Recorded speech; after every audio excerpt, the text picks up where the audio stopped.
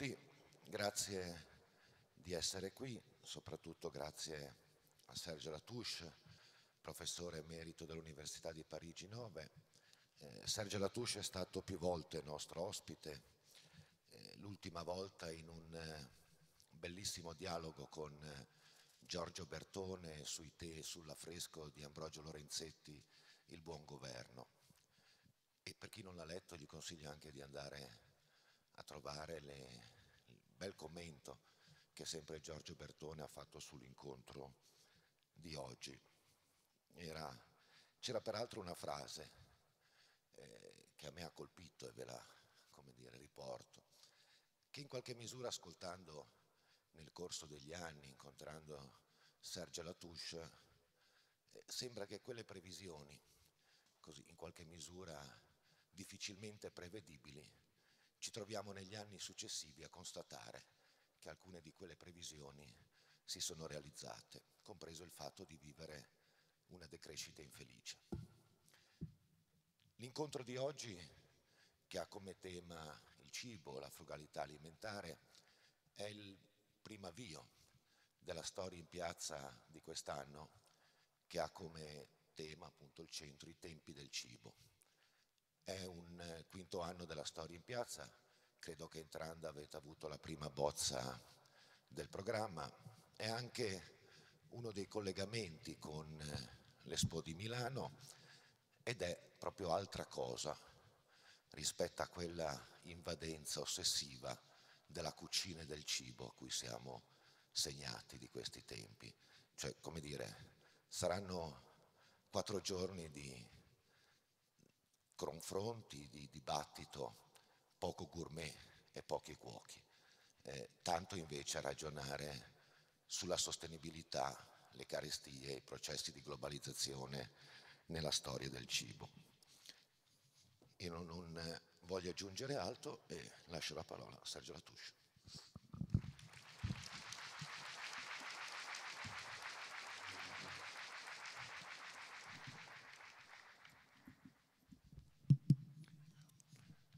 Buonasera a tutte e tutti, grazie Luca, grazie al Comune di Genova per... Infatti l'invito era in ottobre dell'anno scorso, ma sono stato preso da una bronchita terribile e non potevo venire. Anche ora ho un po' la fine di una bronchita, non è la medesima bronchita, una seconda bronchita. La cosa strana è che il rimedio migliore per la bronchita si trova a Genova, perché la prima volta, perché 2 o 3 anni fa, avevo preso la bronchita e un'amica che organizzava, non mi ricordo più il suo nome purtroppo, ma organizzava un dibattito con la FIOM, e mi aveva detto il rimedio è il siroppo 8R. Allora 8R, se sono gli 8R della decrescita, volevo rappresentarli, ma come siamo collegati con l'altra sala non ho potuto mettere il circolo virtuoso delle 8R. E per me la cosa più virtuosa delle 8R è questo sciroppo che si trova solo a Genova, nelle farmacie di Genova. Allora, detto questo, ora spero di essere capace di parlare. Il tema di oggi è il cibo e la decrescita. Mio grande amico Carlo Petrini, fondatore del Slow Food, dice sempre che la gastronomia è una scienza totale. Perché la gastronomia tocca l'agricoltura, ma anche la medicina, la dieta è importante per la medicina, e poi l'economia, e finalmente tocca tutto, anche la decrescita. E per questo la decrescita ha delle implicazioni agricoli, alimentari, nutrizionali, dietici e anche gastronomici, culinari, e per questo c'è un legame forte tra il cibo, perché il cibo tocca tutto questo, e la decrescita. Direi un doppio rapporto, un rapporto negativo perché si deve uscire dal cibo e dal modo dal sistema alimentare della società della crescita, e un rapporto positivo, si deve stabilire un rapporto diverso, un modo di produrre cibo e alimentazione in una società che ho chiamato, che nel progetto della decrescita ho chiamato una società d'abbondanza frugale. 2 giorni fa una giornalista per preparare questo incontro mi ha chiesto come sembra l'abbondanza frugale, ma non è un ossimoro. Sembra un ossimoro perché crediamo di vivere in una società d'abbondanza, perché tutta la pubblicità lo dice, anche se ci sono miliardi di uomini su questa terra che non hanno il minimo, vivono sotto la soglia di povertà, come dicono. Ma si parla sempre d'abbondanza, è una truffa. E perché? Per vivere nell'abbondanza, perché nel nostro sistema, che è del sempre di più, la logica della pubblicità ci rende insoddisfatti di ciò che abbiamo per farci desiderare sempre ciò che non abbiamo, comprare sempre delle cose nuove. E non siamo mai soddisfatti e non dobbiamo mai essere soddisfatti. I pubblicitari dicono i popoli felici non consumano, non comprano. E allora la condizione della felicità è solo se sappiamo porci dei limiti. E allora la frugalità è una condizione dell'abbondanza, ma la frugalità è effettivamente in rapporto all'alimentazione. Non si tratta di fare il digiuno, di acquatristizie e panem doloris, no. Lo slow food è mangiare bene, ritrovare i sapori. Si tratta non di mangiare meno, ma soprattutto mangiare meglio. Allora, la prima parte è la critica delle conseguenze negative della società di crescita. Che cos'è la società di crescita o la società dei consumi? La nostra società è una società che si è lasciata fagocitare da un'economia di crescita, l'economia capitalista, un'economia che ha per unica fine la crescita, non per soddisfare i bisogni, ciò che sarebbe molto ragionevole, ma la crescita per la crescita. Si tratta di crescere all'infinito. E allora questa società è basata su questa economia.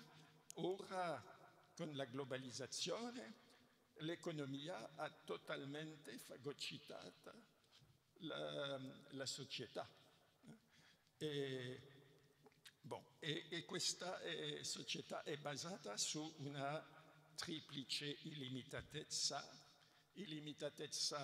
del prodotto, che significa illimitatezza nello sfruttamento delle risorse naturali rinnovabili e non rinnovabili, illimitatezza dei consumi, che significa la necessità di creare dei bisogni artificiali, sempre più artificiali, e alla fine illimitatezza nella produzione dei rifiuti, che significa l'inquinamento dell'aria, dell'acqua e della terra.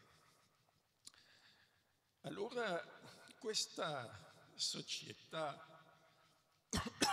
ha distrutto, con questa logica, ha distrutto ciò che mio maestro Ivan Illich chiamava il vernacolare. Il vernacolare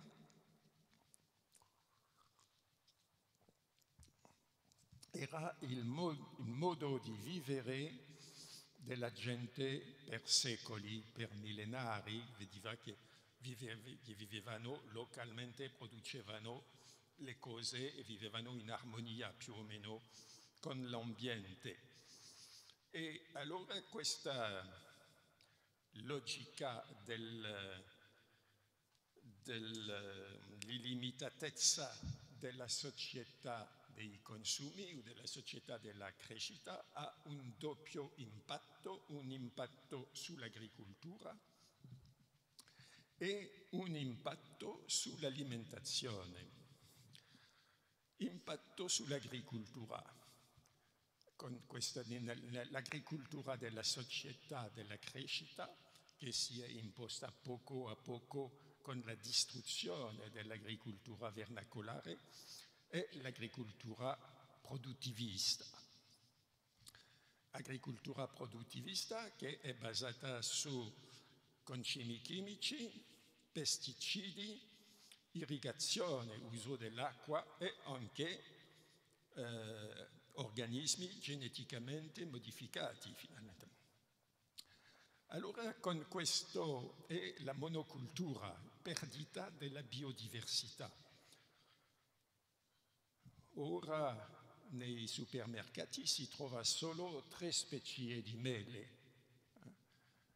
I nostri antenati mangiavano centinaia di specie diverse di mele, ma è la medesima cosa per il riso, per tutti questi. E anche questo è molto pericoloso. Allora l'uso dei pesticidi, questa è la cosa più, direi, criminale, non a caso perché l'impresa transnazionale più importante per i pesticidi, altra non è che la Monsanto, e si sa che la Monsanto faceva questo veleno per distruggere gli alberi nel Vietnam, durante la guerra del Vietnam, la gente arancia si chiamava. E i pesticidi sono biocidi, distruggono la vita della terra, che la terra è un sistema complesso che ha una vita complessa. Il risultato è la medesima cosa con i concimi chimici, i concimi chimici che anche naturalmente fanno produrre di più a corto termine, ma a lungo termine con i pesticidi e questa distruzione creano un deserto, trasformano poco a poco la terra in un deserto. Ogni anno abbiamo più o meno una desertificazione di 16-17 milioni di ettari di terra. Come facciamo? Allora ogni anno distruggiamo 16-17 milioni di ettari di foresta, della foresta amazzonica, della foresta tropicale o equatoriale in Africa e in Indonesia. Solo che fra 10-20 anni non ci sarà più un albero da distruggere. E allora sicuramente quando i giornalisti mi dicono ma con l'agricoltura biologica si può nutrire 10-12 miliardi di abitanti, che è previsto all'orizzonte di 2050. Dico, non sono un esperto, non sono un agronomo né un agrologo, non sono sicuro che è possibile, ma sono sicurissimo che con l'agricoltura produttivista non sarà possibile. Cosa mi ha fatto piacere? Che eccezionalmente il segretario della FAO anche lui l'ha detto, e questo è coraggioso perché nelle istituzioni internazionali che sono più o meno controllati dai lobby delle multinazionali è difficile dire una cosa così. E allora, ora con queste imprese, come non basta, le imprese transnazionali vogliono privatizzare il dono della natura che è la fecondità delle specie. La battaglia contro gli OGM, organismi geneticamente modificati, è una battaglia per impedire la privatizzazione di questo meraviglioso dono della natura, la fecondità delle specie. Cosa il progetto, anche in questi giorni c'è tutto un dibattito a Bruxelles su questi, e con gli accordi con gli americani per permettere la coltivazione del grano turco, 735, non lo so, che vogliono appropriarsi così dei semi e rivendere sempre ai contadini ogni anno i semi. Per i ricchi va abbastanza bene, ma per i poveri africani naturalmente è la rovina totale, senza parlare dei rischi, dei pericoli possibili di questi organismi artificiali. E poi questa agricoltura produttivista è soprattutto un'agricoltura che dipende dal petrolio. È per questo che anche in 2050 non si potrà nutrire la popolazione della terra con l'agricoltura produttivista. Non solo la desertificazione, ma questa agricoltura è basata sul petrolio. Il concime chimico è petrolio, i pesticidi sono petrolio, i trattori sono petrolio, il sistema di trasporto petrolio, il condizionamento congelatori, eccetera, energia, petrolio. E si è calcolato che un chilo della bistecca dalla forca alla forchetta rappresenta 6 litri di petrolio. Crediamo di mangiare della carne, mangiamo del petrolio. Ma il petrolio in 2050 non ci sarà più. Allora almeno un petrolio a buon mercato per far funzionare questo modello di agricoltura produttivista. E poi c'è il problema dell'acqua, perché questo tipo di agricoltura è molto consumatore di acqua e c'è uno spreco enorme dell'acqua e sempre di più c'è una crisi al medesimo quantitativa e qualitativa dell'acqua. Si sa che l'acqua obbedisce a un ciclo cosmico molto complesso e che la quantità nella biosfera è più o meno fissata, solo che la quantità disponibile e sfruttabile per l'uomo dipende anche dall'uso dell'acqua. Allora con questo spreco dell'acqua, l'acqua di buona qualità, l'acqua che possiamo utilizzare è sempre più scarsa e per questo c'è sempre dei conflitti per controllare l'acqua. Si sa che alcuni sanno che un evento molto importante negli anni 2000-2001 è stata la guerra dell'acqua a Cochabamba in Bolivia, che ha visto la vittoria dopo 500 anni di dominazione per la prima volta un presidente amerindiano, Evo Morales. Poi c'è il conflitto tra il Canada e gli Stati Uniti, tra Israele e la Palestina per le acque del Giordano, poi tra la Turchia e l'Iraq per le acque del Tigro, eccetera. E nei prossimi anni probabilmente ci saranno molti conflitti generati dalla scarsità qualitativa e quantitativa dell'acqua.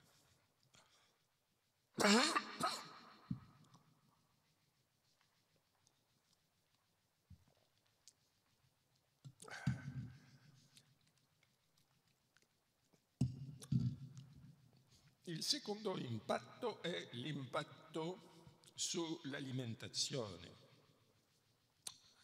Tocca il cattivo cibo, l'obsolescenza programmata del cibo, lo spreco, la salute naturalmente.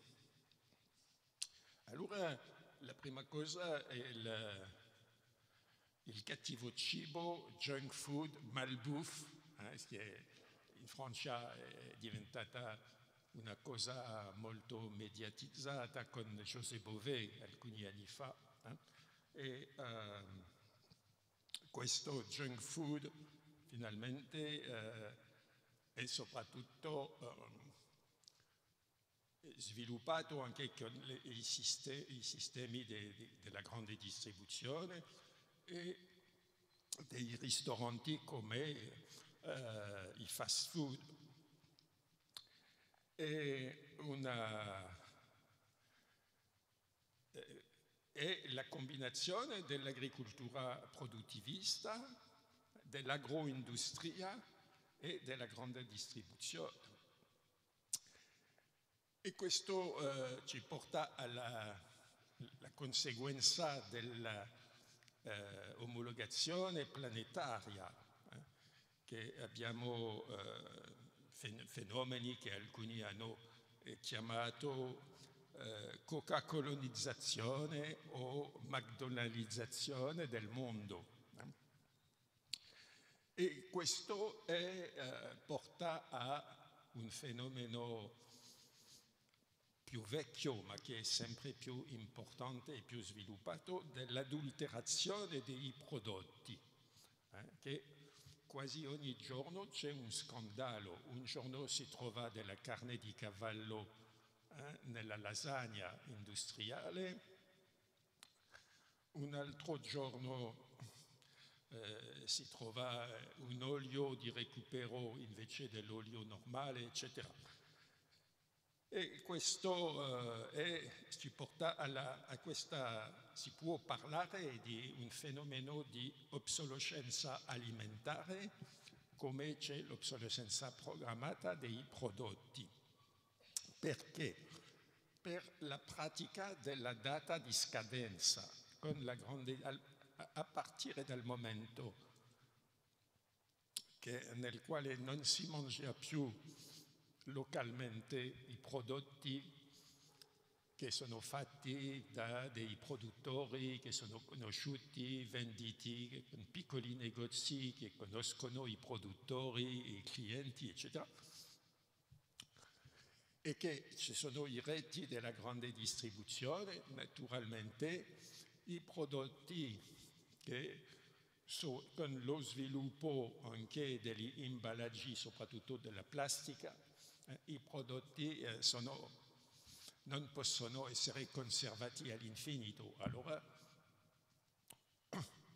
c'è la famosa data di deperimento, solo che è molto artificiale, perché un prodotto può conservarsi, dipende dalle condizioni. Sono stato avvelenato da un prodotto in Africa una volta, una mayonnaise che forse non era, la data di scadenza non era sovrappassata, ma un prodotto che è stato riscaldato, rifreddato, riscaldato, eccetera, naturalmente. è più pericoloso che un prodotto che ha soprapassato la data di scadenza ma è stato conservato nelle condizioni buone. In ogni modo, e con le catene della grande distribuzione questo fenomeno della data di scadenza è inevitabile, ma la conseguenza di questo è che ogni giorno i supermercati buttano un sacco di prodotti che hanno soprapassato la data di scadenza.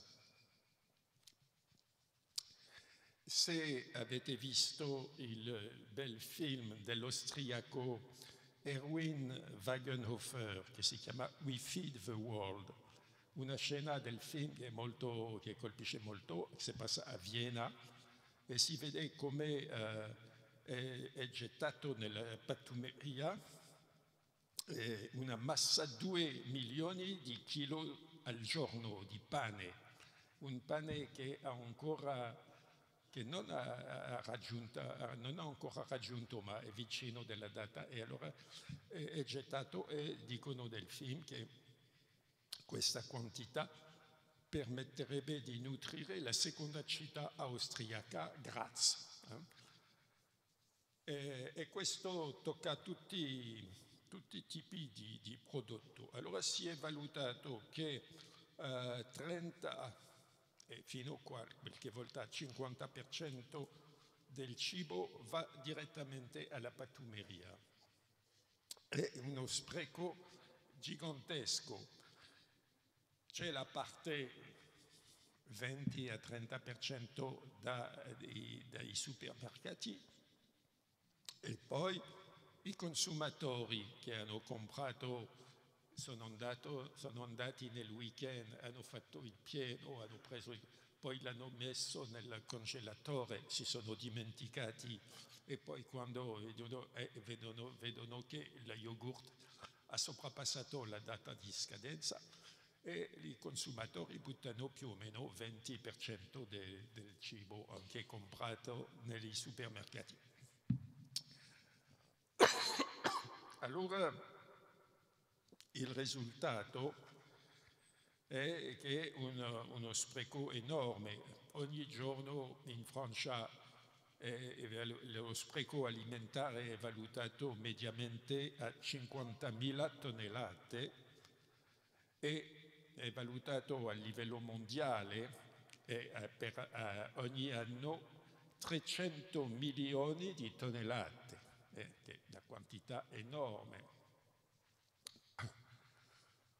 E allora ci sono dei tentativi interessanti per limitare questo.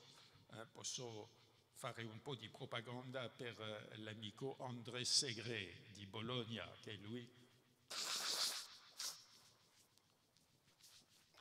ha immaginato un sistema. Sì, allora è venuto o non?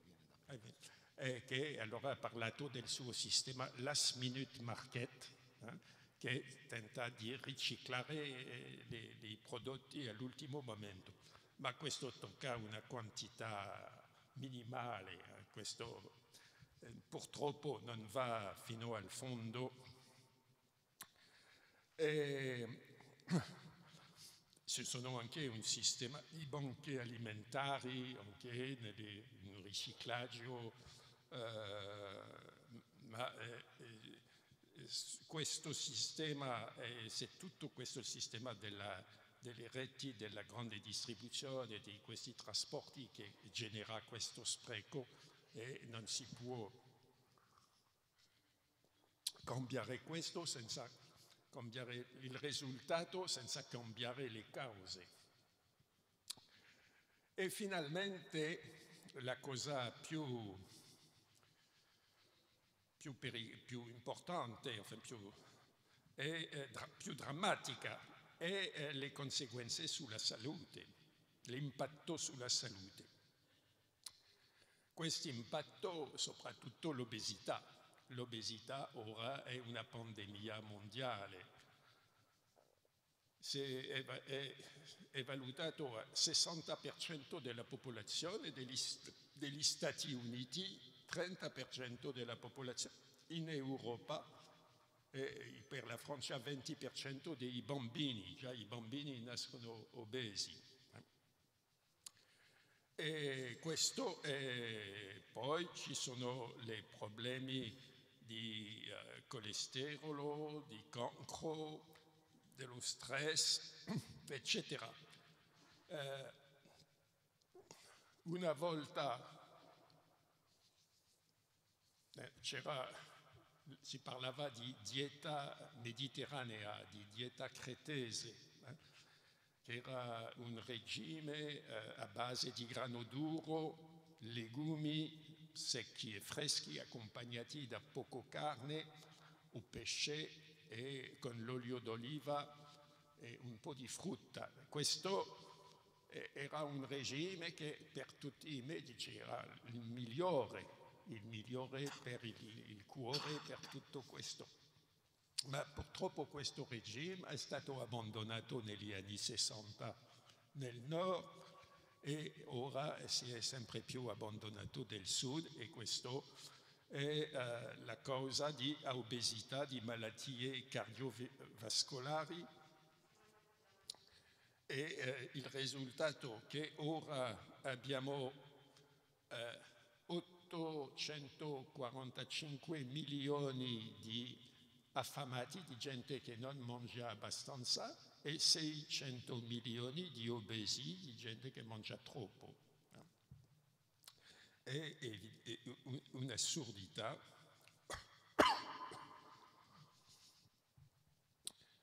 Allora dobbiamo uscire dalla società dei consumi e anche uscire dal suo modello di alimentazione.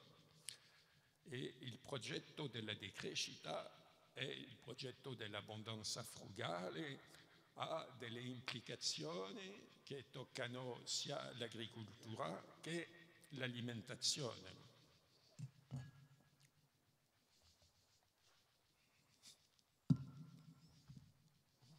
Allora, ho usato già dall'inizio questa parola decrescita.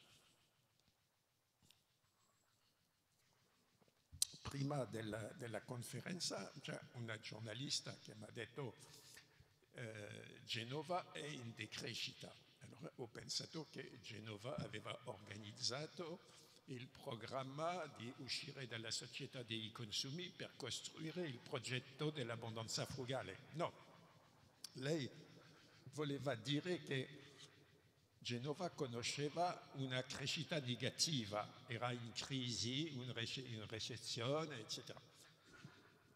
La decrescita non è la crescita negativa, la decrescita, prima di tutto, è uno slogan provocatorio, perché per far capirci che viviamo in un sistema assurdo, perché quando si sente la prima volta la parola decrescita si dice ma è una stupidità, come si può auspicare la decrescita? Perché tutti gli organismi vogliono crescere, nella natura tutto cresce, gli alberi, gli animali, eccetera. Sì, ma quando gli economisti hanno preso in prestito la parola crescita, si sono dimenticato che gli organismi nascono, crescono, poi muoiono. L'organismo economia cresce all'infinito. Allora decrescere per decrescere sarebbe una stupidità, naturalmente, ma non di più, non di meno che crescere per crescere, solo che oggi tutti i nostri governi dicono crescita, crescita, crescita. È assurdo. Allora diciamo decrescita, decrescita, decrescita. È anche assurdo. Se vogliamo essere rigorosi, dovremmo parlare di accrescita, con questo A greco privativo che si ritrova nell'ateismo, e precisamente si tratta di diventare ateisti della crescita, non più considerare la crescita come una religione, non più avere la fede negli economisti che sono i grandi preti del nostro tempo, essere agnostici, settici. E allora, dietro questa parola, che significa la necessità di uscire dalla società dei consumi, c'è il progetto di costruire un'alternativa che invece dell'illimitatezza sarà basata su ritrovare il senso dei limiti, e questo è la frugalità.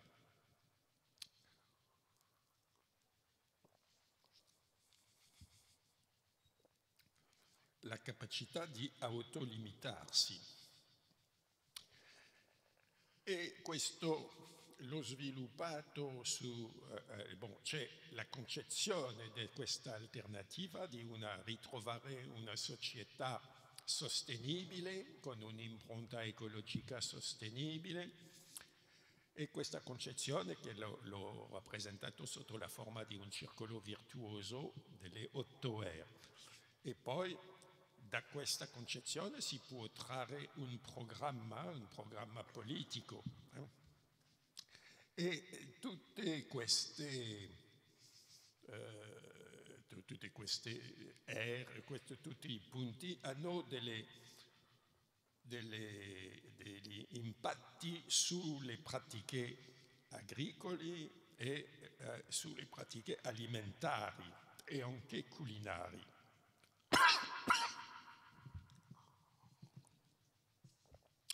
Uno delle R importanti, sia a livello della concezione che a livello del programma concreto, è rilocalizzare. Rilocalizzare. Ma cosa significa rilocalizzare? Significa demondializzare. La mondializzazione è stata, o la globalizzazione, come dite voi, è stata il più grande trasloco planetario, la cosa più assurda. Basta pensare che ogni giorno ci sono 8.000 camion che vanno dall'Italia alla Francia o dalla Francia all'Italia. Ma per fare che cosa? Per trasportare l'acqua San Pellegrino ai francesi e l'acqua d'Evian agli italiani. È l'assurdità totale. Quando c'era questa catastrofe sotto il Monte Bianco si è scoperto che uno dei camion che ha fatto il casino, cosa trasportava?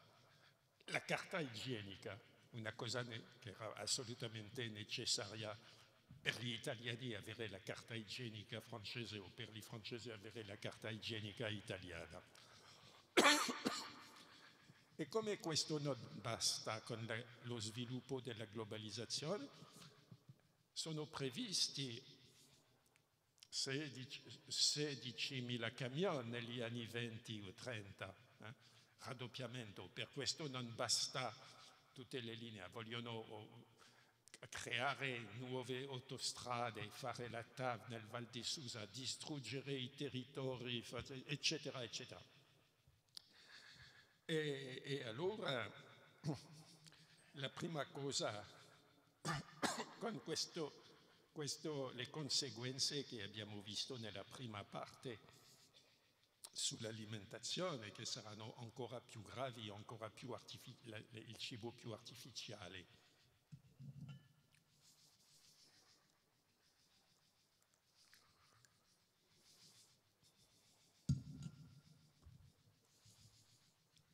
Dobbiamo ritrovare l'agricoltura contadina, va detto un'agricoltura senza pesticidi, senza concimi chimici, che ritrova la diversità, la biodiversità, e questa è la prima implicazione del progetto della decrescita sull'agricoltura l'agricoltura biologica, l'agroforesteria, l'agroecologia, la permacultura, un'agricoltura che infatti tutti gli studi seri, non gli studi falsi che sono mediatizzati, ma gli studi seri dimostrano che questa agricoltura, soprattutto per i paesi del sud, che hanno dei suoli fragili, è più produttiva, ma anche nel nord, solo è meno produttivista. Ah, sì. Va detto che si deve lavorare molto di più per avere una produzione più forte e questo necessiterebbe di ritrovare dei contadini che ora sono quasi spariti e si deve creare milioni di posti di lavoro nell'agricoltura, non un'agricoltura arcaica, ma un'agricoltura direi postmoderna, post-produttivista, che già è stato teorizzato da molto tempo fa da un tedesco, austriaco, credo, Ehrenfried Pfeiffer, purtroppo non abbastanza conosciuto. E questo invece, naturalmente nell'Unione Europea, che lo sanno perché dicono sì, si deve incoraggiare, ma solo che l'incoraggiano così per l'agricoltura biologica e l'agricoltura produttivista così. E allora si deve un cambiamento molto più radicale e alla fine l'impatto sull'alimentazione e questo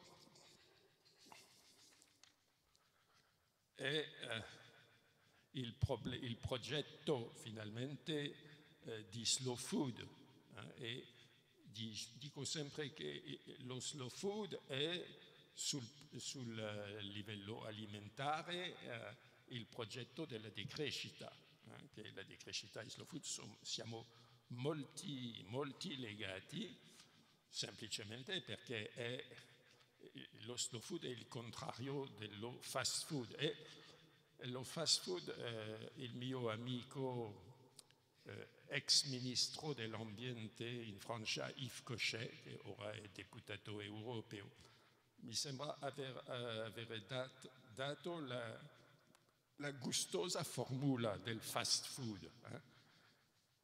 Dice questo, fast food, produttori mal pagati, più energia a buon mercato, più bassi costi di trasporto, più trasformazione da parte di proletari stranieri, più impatti ambientali e sanitari non contabilizzati, uguale alimentazione moderna a buon mercato per consumatori occidentali o occidentalizzati frettolosi. E effettivamente in contrasto a questo che Carlo Petrini ha immaginato il slow food per riabilitare la cucina, diciamo, vernacolare. Si può dire che il movimento slow food rappresenti il versante culinario del progetto della decrescita. Non a caso abbiamo il medesimo simbolo, la chiocciola, la lumaca, per slow food è a causa della lentezza, naturalmente, lentezza slow food, per noi la lentezza, ma soprattutto per il fatto che la lumaca, come l'ha spiegato bene Ivan Illich in un bel testo, la lumaca costruisce, è come l'uomo. Lei si è sposata con la ragione geometrica e costruisce la sua casa così con un circolo esponenziale, solo che lei è più saggia dell'uomo. Dopo 4 circoli si ferma perché se continuava allora sarebbe demenziale, non potrebbe più fare altre cose che costruire la sua casa. Allora egli dice: a questo punto, dopo al quarto circolo, lei torna indietro, fa la decrescita, precisamente. E dobbiamo ritrovare la saggezza della lumaca, rivalorizzare la lentezza,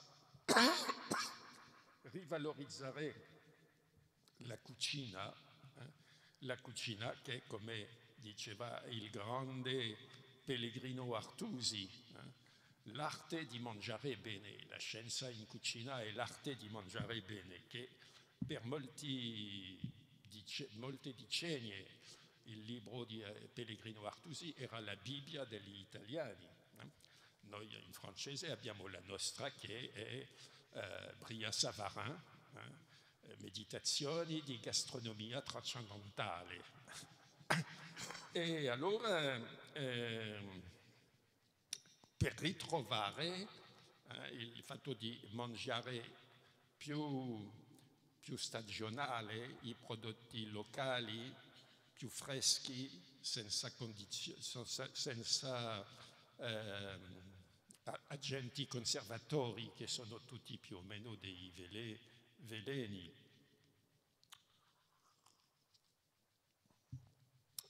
Consumare chilometro zero, come la parola d'ordine di una delle associazioni di consumatori italiani. Per questo tutti i progetti che vanno in questo senso, che va anche a ritrovare questo valore vernacolare che è la convivialità. E non a caso la convivialità, che è diventata una parola famosa dopo il libro di Ivan Illich. E nel suo libro Ivan Illich spiega che ha trovato questa parola leggendo Brillat-Savarin, il famoso gastronomo francese del Settecento. E vede che la convivialità, il primo luogo dove si fa la convivialità è la tavola per mangiare, a livello del cibo. Ma questo non impedisce la frugalità. Sicuramente dobbiamo mangiare meno grasso, meno sale, meno sicuro. Perché mangiamo tanto sale, tanto zucchero? Perché sono per conservare gli alimenti nei reti della grande distribuzione, devono mettere troppo sale, troppo zucchero, e che questo che ci genera dei diabete, eccetera. Anche favorisce il cancro. E come l'aveva la frugalità anche a un certo punto favorisce molto, storicamente ha favorito molto l'invenzione della cucina, perché la cucina molto spesso, soprattutto per i poveri, era l'arte di accomodare i vecchi. E questo che si è... L'ha detto bene un grande architetto, Yonah Friedman, nel suo libro L'architettura di povertà. Non dimentichiamo, scrive Friedman, non dimentichiamo che ciò che chiamiamo arte della cucina è sempre stato innanzitutto un processo di commestibilizzazione dei prodotti dell'ambiente, prima ancora di essere un mezzo per soddisfare l'edonismo. La commestibilizzazione, che ha avuto il ruolo primario di mantenerci in vita, ha dato allo stesso tempo origine a una grande arte che mescola il piacere biologico a quello estetico, l'arte culinaria, che ha uguali solo nell'arte d'amare. La fermentazione del vino, dei formaggi, per citare solo alcuni, è una grandissima invenzione, così come la cottura. Questi metodi di preparazione che favoriscono la conservazione, ma la conservazione naturale, non la conservazione con degli agenti chimici. La conservazione dei cibi hanno reso possibile l'enorme aumento delle riserve alimentari a fronte di un intervento piuttosto ridotto sull'ecosistema. Tutto il concetto di habitat umano, il focolare, i granai, sottolineiamolo pure, è stato costruito a partire da questi metodi di preparazione del cibo, di cui è il risultato. Allora, per concludere, il fatto che i partigiani della decrescita si occupino di gastronomia può sorprendere, ma mangiare, secondo l'espressione di Carlo Petrini, è diventato un atto agricolo, se non addirittura un atto politico. Interrogarsi sul contenuto del piatto che ci sta davanti rivela una legittima propensione al piacere del palato e al tempo stesso la gastronomia ha un rapporto con la totalità della vita sociale. Mi piace sempre ricordare questa battuta di Carlo Petrini: un gastronomo che non è anche un ecologista è un imbecille, ma un ecologista che non è un gastronomo è un personaggio triste. Il socialista, per tornare ancora più indietro, il socialista Fourier, Charles Fourier, precursore della decrescita, diceva già: si avranno dei buoni prodotti agricoli quando tutti i consumatori, ricchi o poveri, saranno conoscitori esigenti della qualità. È necessario che l'umanità diventi gastronoma prima di diventare agronoma. Probabilmente un'alimentazione sana e gustosa è un buon modo di procedere sulla strada della decrescita, oltre che un mezzo per combattere l'obesità e le malattie. Come diceva il grande Ippocrate, che il tuo alimento sia il tuo medicamento. Grazie.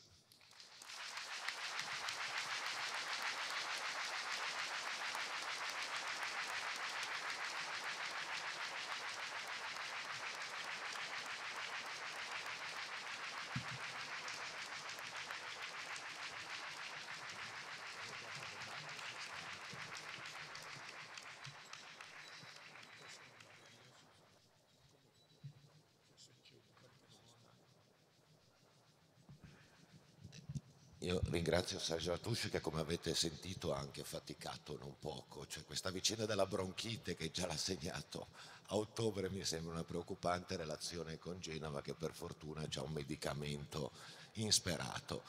C'è spazio per qualche domanda, non tantissime, per cui se c'è qualcuno che vuole alzare...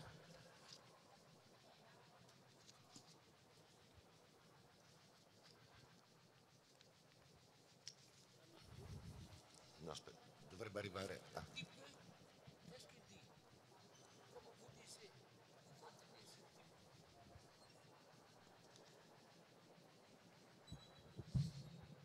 Domande, escludendo comizi e cose altre. Okay. Buonasera.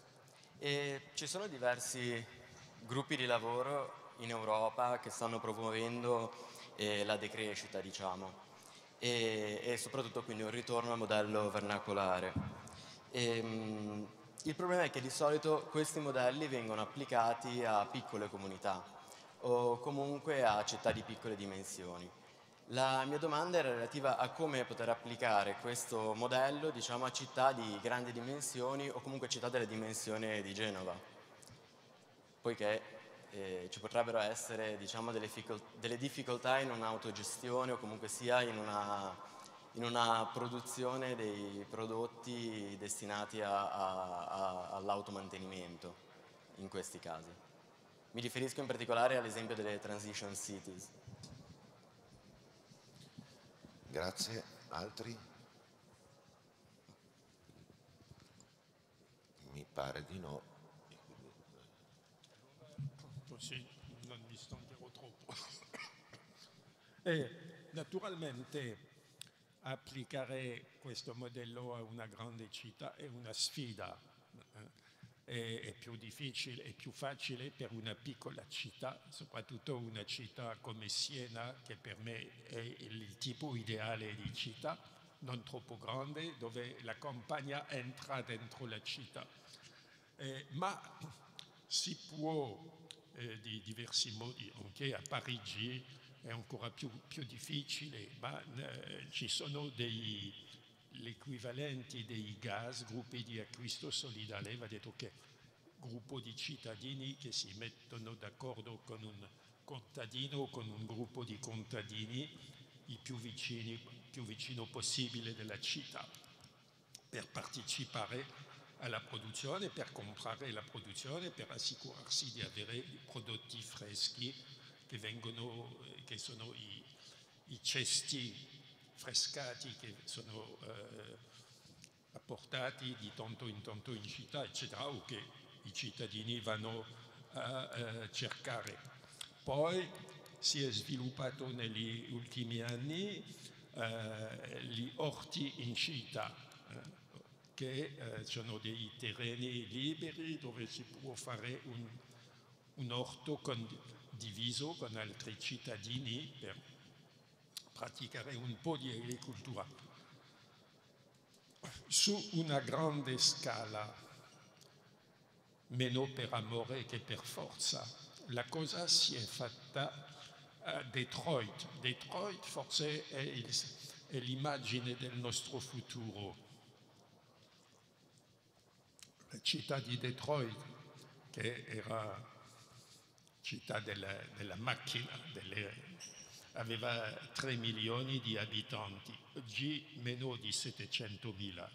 Allora tutto il centro del Detroit è stato desertificato, di più sono rimasti solo i più poveri, gli americani neri, soprattutto senza lavoro e cosa per sopravvivere. Ora hanno trasformato, come i romani dopo la caduta dell'impero romano, hanno trasformato il foro nel campo vaco, hanno trasformato Detroit e hanno fatto degli ortaggi, dei giardini, eccetera. Allora c'è sempre una possibilità, è meglio organizzarlo e per farlo più, perché si vuole mangiare meglio, si vuole mangiare dei prodotti sani. Gli americani a New York lo fanno l'agricoltura sul tetto, ma questo non è, dal punto di vista ecologico e dal punto di vista sanitario, non è il massimo, perché c'è anche l'inquinamento sul tetto. Ma c'è sempre una possibilità di trovare, di provare di fare qualcosa. Grazie. C'è ancora una domanda? Grazie, Sergio Tuscio. Dicevo all'inizio... Luca, scusa, ancora una domanda, Presidente. Sì, grazie. Io volevo fare due osservazioni. La prima forse è legata proprio a quello che sta dicendo, che ha detto in queste ultime battute. Cioè io posso coltivare diversamente, posso cercare di mangiare anche diversamente, ma se l'aria è inquinata, cioè io ho un problema in più, cioè posso anche cambiare il sistema di consumo, ma devo anzitutto avere un ambiente che sia salubre, se no qualsiasi tipo di agricoltura, anche l'agricoltura contadina, viene ad essere messa in discussione, cioè sia quella produttivistica che anche quella contadina. Quindi è chiaro che mi sembra abbastanza implicito, c'è un legame stretto tra il discorso della decrescita e l'ecologia, insomma. Questa, non so, una prima considerazione. La seconda considerazione è, non è che questa è un po' più critica rispetto al discorso generale della decrescita. Mi chiedo, la decrescita nasce in opposizione alla società dei consumi, ma la società dei consumi è una società ormai superata, in realtà non abbiamo quasi più consumare il consumo, cioè viviamo semmai una crisi del consumo. Ora, certamente bisognerà consumare diversamente, meglio e meno, però mi chiedo, parlare anche nelle nostre società, non sto parlando soltanto dove si muore di fame, ma anche nelle nostre società ormai molte famiglie non arrivano più alla fine del mese. Beh, è evidente che cercare di mangiare sano, e nutriente e biologico, quando una famiglia non riesce neanche ad arrivare alla fine del mese comprando nei supermercati, sembra un po' abbastanza utopistico, non le pare? Grazie.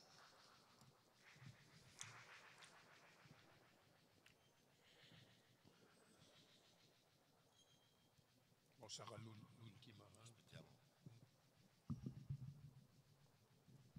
Direi poi c'era ancora un signore là e poi chiuderei perché sennò diventa... A proposito di rapporto tra città e superamento dell'economia dei consumi, volevo segnalare che qui a Genova è stata fatta un'iniziativa di un mercato che ha l'ambizione di creare un rapporto di fiducia col consumatore attraverso una filiera corta, quindi con la vendita e acquisto diretto della carne, pesce, frutta e verdura dai produttori. Il mercato del Carmine è nato un po' con la filosofia del buono, pulito e giusto, e credo che il cambiamento sarà fatto da tutti noi cittadini attraverso la nostra azione di consumo. Cioè, noi siamo la domanda del mercato. Se vogliamo cambiare l'economia, bisogna che tutti i cittadini che vogliono questo cambiamento siano sensibili e attenti a chi propone dei modelli di consumo diverso, quindi diciamo più giusti e più buoni, e che quindi premino queste realtà. Grazie.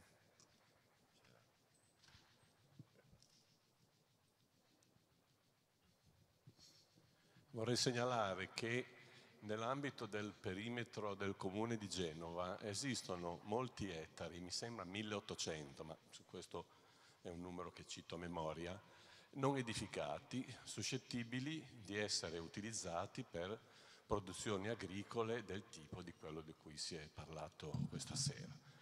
Credo che quindi si tratti di decidere da parte di chi ne ha le responsabilità se utilizzare questo territorio che esiste in questa direzione oppure se utilizzarlo per costruirci trafori, gronde e cemento di vario tipo.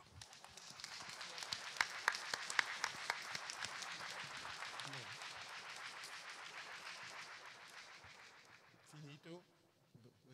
Allora, è vero che ora è impossibile avere un cibo sicuro 100%. Anche con l'agricoltura biologica è impossibile perché, anche se normalmente per avere il label biologico si deve aspettare 3 anni per curare la terra, ma 3 anni non basta, di più se c'è un vicino che usa dei pesticidi, tocca anche il campo del contadino che fa l'agricoltura biologica. Nessun prodotto oggi è puro, che tutti contengono più o meno sia il latte, la carne che il grano, eccetera. Di più, e questo è importante, la battaglia contro gli OGM, perché cercano di imporre gli OGM per forza.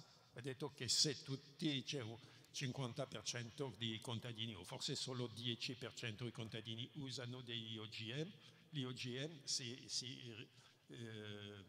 sviluppano, inquinano tutta la zona. Allora è impossibile, ma di più è vero anche che nel mondo dei contadini che fanno l'agricoltura biologica ci sono dei truffatori e che i prodotti non c'è la certitudine di avere un prodotto che viene dall'agricoltura biologica. Ma almeno si deve fare il massimo per avere dei prodotti il meno avvelenati possibile. Il secondo problema è il costo. È vero che oggi i prodotti dell'agricoltura biologica sono mediamente 30% più cari che i prodotti. Bon. Il problema è che oggi nel dopoguerra i consumatori italiani spendevano mediamente 40% del loro budget, bilancio, per il cibo, per nutrirsi. Oggi spendono meno di 20%, 19-17%. Ma una cosa incredibile è che spendono più per le comunicazioni, cellulare, telefono, televisione, che per il cibo, più o meno 19%, anche per questi. Allora anche i poveri spendono. Bon. La questione anche si deve dire che se si vuole mangiare più sano si deve pagare il prezzo. È vero che l'agricoltura biologica è di più se è più caro, e soprattutto perché la politica agricola comune è fatta per favorire l'agricoltura produttivista e non l'agricoltura biologica. Invece se l'agricoltura biologica aveva i vantaggi dell'agricoltura produttivista, i prodotti potrebbero essere a un prezzo più basso e di più anche con la possibilità, con i gas e con la possibilità di fare dei giardini, dei orti più facile. Ho una casa in un piccolo villaggio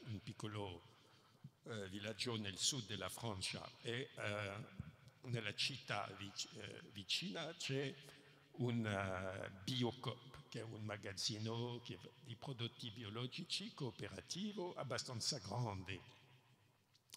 Lo frequento e ho osservato che i clienti, ci sono due tipi di clienti, i radical chic come io, i bobo, i borghesi bohème, bon. E poi come si dice, i marginati, coloro che vivono con i sussidi del comune o questo coso, che comprano all'inizio del mese una borsa di patate o di grano, eccetera. E allora effettivamente gli operai vengono poco. È una questione di cultura, perché ci sono i più ricchi e i più poveri, che sono i migliori clienti della Biocoop. Naturalmente si deve fare tutto per abbassare i costi dei prodotti biologici e si deve fare soprattutto tutto affinché tutti i prodotti dell'agricoltura siano prodotti biologici. Grazie. Grazie, buona serata. C'è appunto, la prima bozza del programma della Storia in Piazza, chi non l'ha trovato lo trovi in fondo. Ancora